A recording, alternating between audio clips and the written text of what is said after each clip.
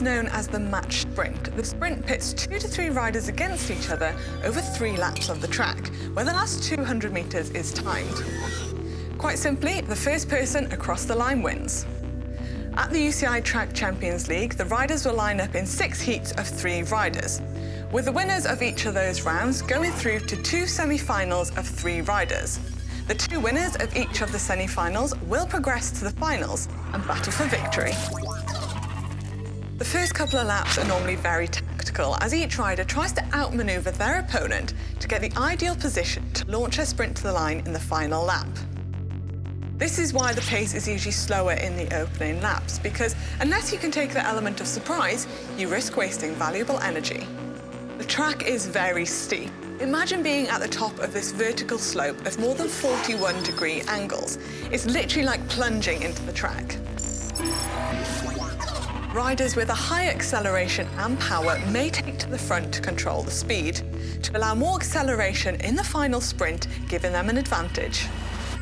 On the other hand, riders with a low fatigue rate may look to push the speed up early in the race, either from position 1 or 2 to tire out their opponent.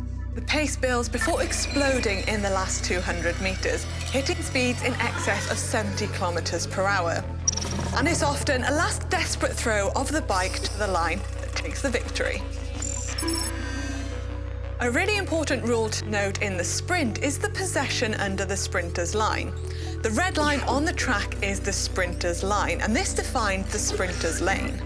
Once the sprint is initiated, riders may not drop into the sprinter's lane or cross out of the lane unless they have a clear lead over their opponent. Failure to comply with this rule will lead to disqualification. Getting this good position forces the rider's opponent to take the longer line around the outside. And that's why we see so much competition early in the race to claim that spot coming into the final lap. Tactics as well as raw physical strength are key to success in the sprint. That's why perhaps the sprint is the most dramatic and combative event on the track.